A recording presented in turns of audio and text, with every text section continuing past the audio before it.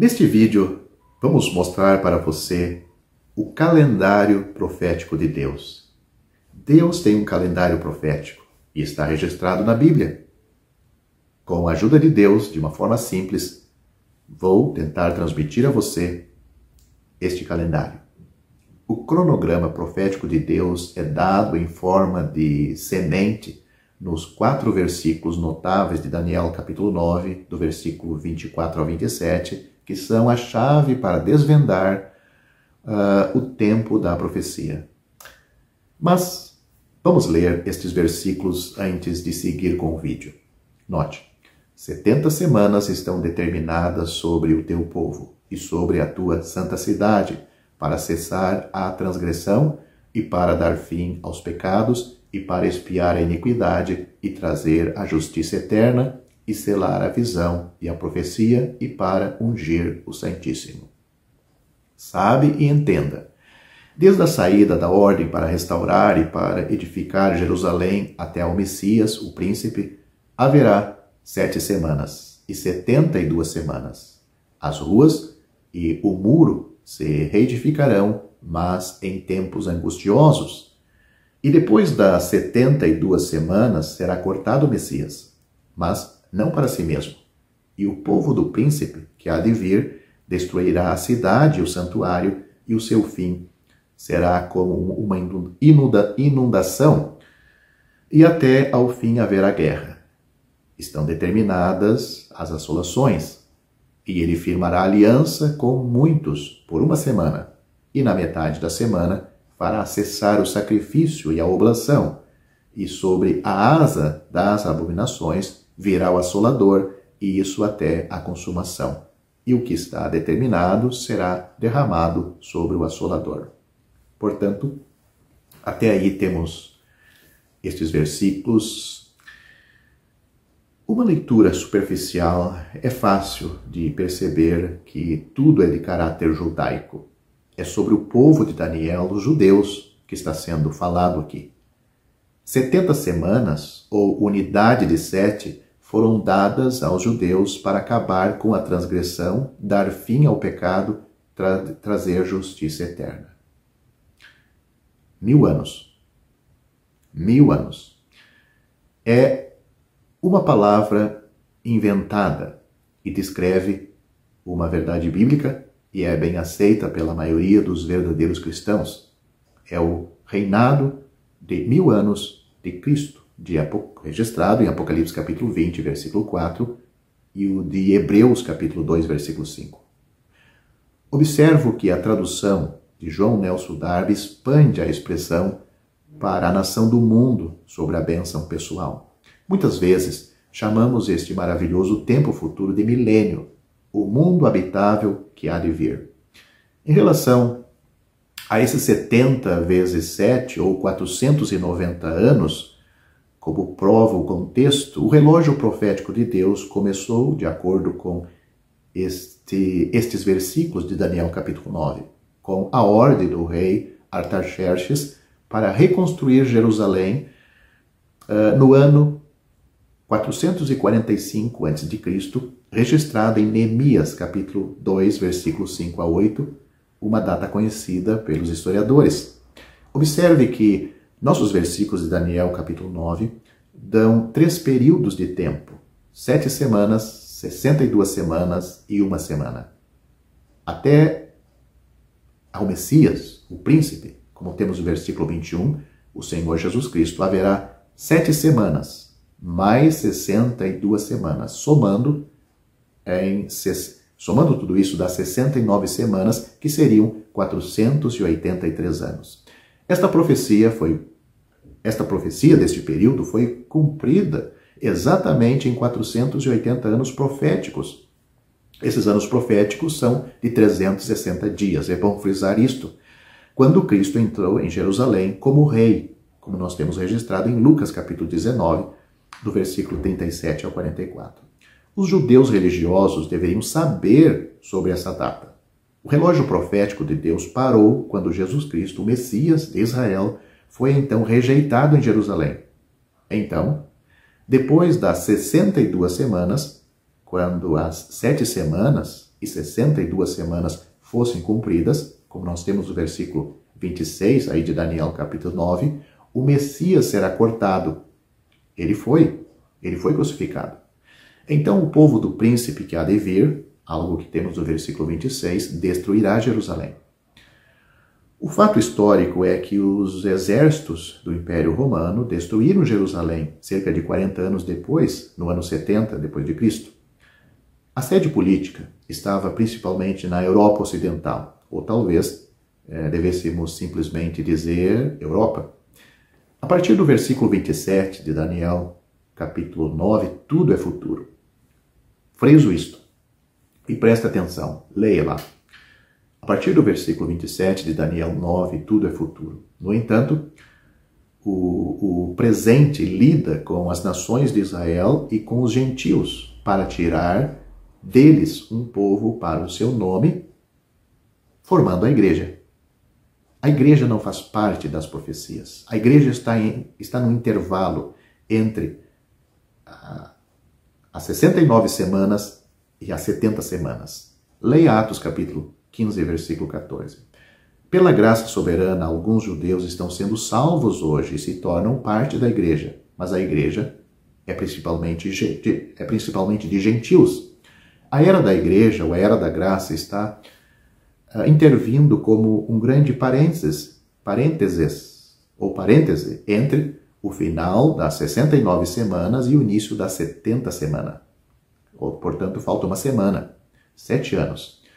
Faltando uma semana, que são 7 anos para o cumprimento total da 70ª semana ou das 70 semanas de Daniel. Deus não está lidando agora diretamente com Israel, mas o Senhor novamente lidará diretamente com eles em um futuro próximo, após o arrebatamento. Em um tempo determinado no cronograma de Deus, após o arrebatamento da igreja para o céu, o príncipe romano vindouro confirmará ou ratificará uma aliança ou tratado com os muitos de Israel por uma semana, que seria por 7 anos. O relógio profético de Deus começa novamente com a assinatura deste tratado. Esta semana de anos, a última semana de Daniel, é frequentemente chamado de tribulação e grande tribulação em 2 Coríntios, melhor dizendo, 2 Tessalonicenses, capítulo 1, versículo 6. E também temos o fato de que a última metade desta semana de Daniel é confirmada em Mateus capítulo 24, versículo 21, pelo Senhor Jesus, e Apocalipse capítulo 7, versículo 15. Vejamos isto com um pouco mais de detalhes. Isaías capítulo 28, do versículo 15 a 18, é chamado esse tratado de Israel com o futuro príncipe romano de o tratado de morte. Começa então uma série de grandes e mortais problemas para Israel, para o mundo e para o mundo inteiro. 2/3 da população de Israel serão mortos. Leia Zacarias capítulo 13, versículo 9. A tribulação dura exatamente 7 anos proféticos de 360 dias. Ele terá, esse período de tribulação terá 2 partes, cada uma com exatamente 3 anos e meio, ou 1.260 dias. A primeira parte será um momento miserável de agitação política e econômica e distúrbios naturais, como a fome, mas a segunda metade fará com que a primeira pareça quase agradável em comparação à outra. Deus chama esta segunda metade de a grande aflição ou tribulação, como nós temos em Mateus capítulo 24, versículos 21 e 22. A segunda metade da tribulação começa quando Satanás é lançado do céu para a terra e derruba toda a oposição pelo poder divino. Veremos a tribulação com mais detalhes em outro vídeo. O diabo, um verdadeiro anjo caído e mau, é expulso do céu para a terra. Está registrado em Apocalipse capítulo 12, versículos 7 a 9, de acordo com Jó, capítulo 1, versículo 6 e capítulo 2, versículo 1, juntamente com os versículos em Apocalipse capítulo 12, versículos 7 a 9, Satanás ainda tem acesso ao Senhor no céu, mas ele acaba sendo expulso para para a sua grande ira.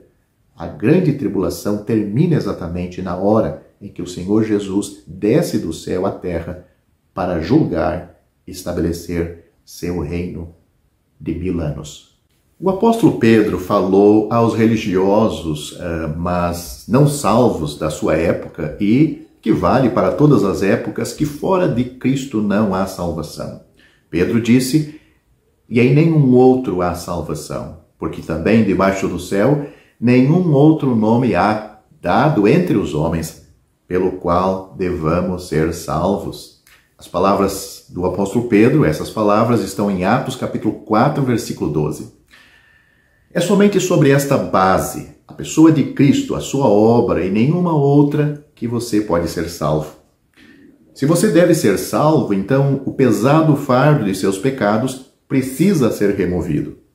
Se o pesado fardo precisa ser removido, a pena pelo pecado precisa ser aplicada em alguém. Se a pena pelo pecado precisa ser aplicada em alguém, então Jesus precisava morrer, pois a pena para o pecado é a morte. Você não poderia suportá-lo sem perecer miseravelmente sobre este imenso peso. Assim disse o apóstolo João: pelo seu nome vos são perdoados os pecados. 1 João capítulo 2, versículo 12. Não pelas obras que você possa praticar, nem pela sua moralidade, mas pelo nome de Jesus. A resposta não poderia ser mais simples. A misericórdia de Deus flui hoje mesmo, não por meio de alguma relíquia em alguma cidade santa, nem por meio do toque de alguma mão santificada, mas de um vitorioso e ressuscitado Cristo no céu. Pode-se ter acesso a Ele estando em qualquer lugar. Toque nele, ou, em outras palavras, se preferir, creia nele e você será salvo. É somente pela fé. As Escrituras são conclusivas quanto a este ponto. A salvação não é por meio das obras, e nem por fé e obras combinadas, mas somente pela fé. A Bíblia diz: porque pela graça sois salvos por meio da fé. Isto não vem de vós, é dom de Deus. Não vem das obras, para que ninguém se glorie. É bom que você confira estes versículos na sua própria Bíblia e confirme isto. Efésios capítulo 2, versículos 8 e 9. Mas preciso alertar que há multidões que creram no que ouvem acerca de Cristo e do Evangelho, mas que nunca creram confiadamente no Senhor Jesus para a salvação. Talvez você diga: o que quer dizer isto? Não me parece haver muita diferença. Você pode pensar e estar dizendo assim, ou sempre pensou assim. Pelo contrário, existe uma diferença da máxima importância. Suponhamos que eu esteja a passear com um amigo numa das ruas principais de alguma grande cidade. O meu amigo me diz: você vê aquele grande edifício na esquina com uma tabuleta de metal? Respondo afirmativamente: eu vejo. Ele responde, ele fala novamente: bem, é ali que fica o maior especialista em doenças do coração. Vêm doentes de todos os pontos do país para consultarem com ele. Os seus êxitos têm sido grandes e numerosos. Nesta altura em que o meu amigo está falando sobre este importante médico, o famoso médico sai do edifício e entra em seu carro, pelo que tenho a oportunidade de vê-lo.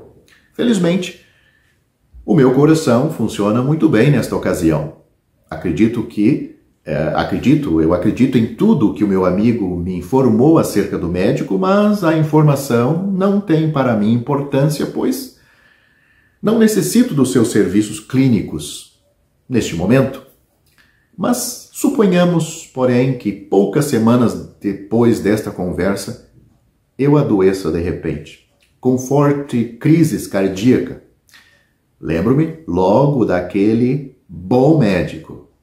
Mando chamá-lo e coloco-me sem reserva em suas mãos, recuperando assim a saúde.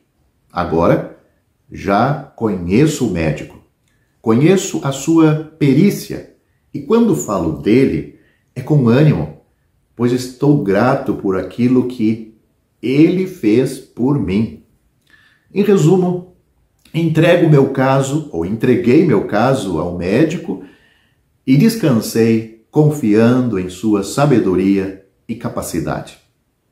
Enquanto que antes apenas acreditava no que ouvira acerca dele, quando meu amigo falou sobre ele. Esta é a única resposta sensata.